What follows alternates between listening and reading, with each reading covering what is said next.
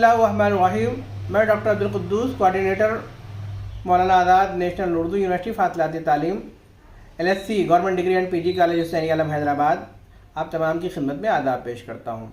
अज़ीज़ तलबा व तालिबात, जैसा कि आप जानते हैं कि इससे पहले इम्तहानात होने वाले थे, फर्स्ट सेमेस्टर, थर्ड सेमेस्टर और फोर्थ सेमेस्टर के, जिसका टाइम टेबल भी जारी किया गया था, लेकिन वो मनसूख हो गया था।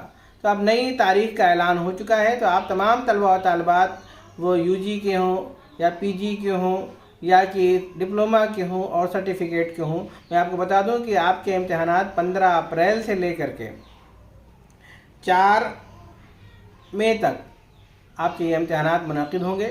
तफसीली टाइम टेबल जारी किया जा चुका है।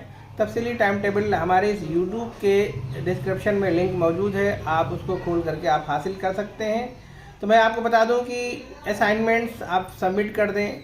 इसी के साथ साथ ऑनलाइन में अगर जो असाइनमेंट सबमिट करना है वो पहले कर दें, क्योंकि बाद में अगर साइट बंद हो गई तो फिर आपको दिक्कत होगी। और टाइम टेबल चूँकि आ गया है तो इसलिए आप अपनी तमाम तैयारियां जारी रखें।